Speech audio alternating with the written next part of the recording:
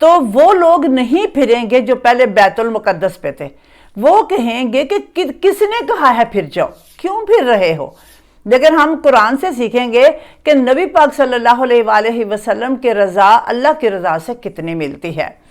تو وَإِنْ كَانَتْ لَا كَبِيرَةً، اور یہ حکم ان کانت لا کبیرتن، اور یہ حکم اگرچہ سخت دشوار تھا، ان کانت لا کبیرتن یعنی اور یہ حکم اگرچہ سخت دشوار تھا، الا علی الذین ھدی اللہ، مگر اللہ کی طرف سے ہدایت یافتہ لوگوں کے لیے اس میں کوئی دشواری نہیں ہے۔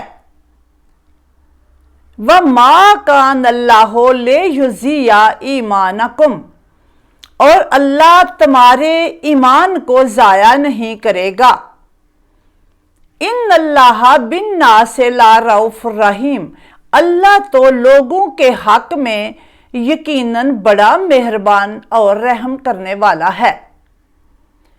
تو یہ ترجمہ اس آیت کا جو ہے مکمل ہو گیا۔ اب قبلے کی تبدیلی کو اللہ تعالیٰ نے کیا فرمایا ہے کہ قبلے کو تبدیل کر لینا جو ہے، اب ہم نے دیکھنا ہے ہمارا قبلہ کون ہے۔ بھئی آقا کریم ہی ہے نا قبلہ، آقا کریم کو ہی فالوور ہے نا ہم، تو آقا کریم ہی قبلہ ہیں، تو آقا کریم نے ہی بیت اللہ کو قبلہ مقرر کیا۔ جب آقا کریم ہی ہمارے سامنے ہیں، ان کو ہی ہم فالو کر رہے ہیں، انہی کو قبلہ مانیں گے، جدھر کو وہ کہیں گے اس پہ رہنے کا مطلب یہ ہے کہ ہم نبی کو ہی فالو کر رہے ہیں۔ اگر ہم بیت اللہ کو تبدیل کریں گے تو پھر ہم نبی کے فالوورز نہیں رہیں گے۔ اب ہم فالوورز بن گئے، بیت اللہ کی طرف منہ کر لیا، کس نے کروایا؟ آقا کریم نے۔ اب ہم آقا کریم کو ہی نہیں مانیں گے، ان کی بات نہیں مانیں گے، تو مطلب یہ ہے ہم نے آقا کو نہیں مانا، ہم نے اپنے لیڈر کو نہیں مانا، ہم نے اپنے نبی کو نہیں مانا، ہم نے اللہ کے میسنجر کو نہیں مانا، اللہ کی طرف سے بھیجے ہوئی تعلیمات کو فالو نہیں کیا، تو ایٹومیٹکلی یہی جو ہے وہ چیز پیدا ہوگی۔ اب نبی کا حکم کن لوگوں پر ماننا مشکل ہوتا ہے؟ ان لوگوں پر ہوتا ہے جن کے دل میں منافقت ہوتی ہے۔ دوسرے لوگ فٹافٹ حکم مان لیتے ہیں کہ بھئی حکم ہو گیا ہے، جیسے فوجیوں کو آرڈر دیا جائے کہ جنگ لگ گئی ہے، وہ کہتے ہیں کیسے؟ نہیں کہتے۔ اس لیے دیکھو فوجی کے اوپر جو ہے ہمارا یقین ہوتا ہے کہ فوجی جو ہے وہ بڑے نیک ہوتے ہیں، فوجی جو ہے وہ بڑے فالوور ہوتے ہیں، تو اس لیے کہ انہوں نے اپنے باس کا حکم ماننا ہوتا ہے۔ ہم چونکہ ہم سوچتے بہت ہیں، ہم نے سوچنا نہیں، ہم نے دیکھنا ہے، فالو کرنا ہے۔ قبلہ تبدیل ہو گیا تو بس ٹھیک ہے، اوکے، سوال نہیں اٹھے گا۔ یہ مشکل کس پہ ہوگا؟ جو لوگ سوال جواب کرتے ہیں، جن کے دل میں منافقت چھپی ہوئی ہے۔ اللہ فرماتے ہیں اگر تمہارا ایمان مصطفیٰ کے ساتھ ہے تو اللہ تمہارے ایمان کو ضائع نہیں کرے گا۔ کس کے ضیاء کی بات ہو رہی ہے؟ ایمان کی، ایمان کو ضائع نہیں کرے گا۔ اگر آپ کا ایمان آقا کریم صلی اللہ علیہ وآلہ وسلم کی تعلیمات کے اوپر جو ہے وہ فکس ہو جائے تو آپ کا مطلب ایمان والے ہو گئے آپ۔ اگر آپ آقا کریم کی تعلیمات کو فالو نہیں کر رہے تو آپ ایمان والے نہیں ہو۔ تو آپ نے ایمان والا بننا ہے تو آقا کریم کی تعلیمات کو فالو کرنا ہے، لوگوں کی تعلیمات کو فالو نہیں کرنا، قرآن کو فالو کرنا ہے۔ اور اللہ تعالیٰ فرماتے ہیں اگر تم ایمان والے ہو گئے ہو تو تمہارا ایمان جو ہے میں ضائع نہیں کروں گا۔ اللہ تعالیٰ اپنے بندوں کے ساتھ بڑے رحمان اور رحیم ہیں۔ تو میں اس کے ساتھ ہی اپنی ویڈیو کو مکمل کرتی ہوں۔ آج ہم نے قبلہ پہ روشنی ڈالی، آج کا ٹاپک بھی یہی ہے کہ ہم نے تحویل قبلہ۔ تو امید کرتی ہوں کہ آپ کو نبی پاک صلی اللہ علیہ وآلہ وسلم کی تعلیمات کے ذریعے جو ہے راہ حق کی صراط مستقیم کی ضرور سمجھ آئے گی۔ السلام علیکم ورحمۃ اللہ وبرکاتہ۔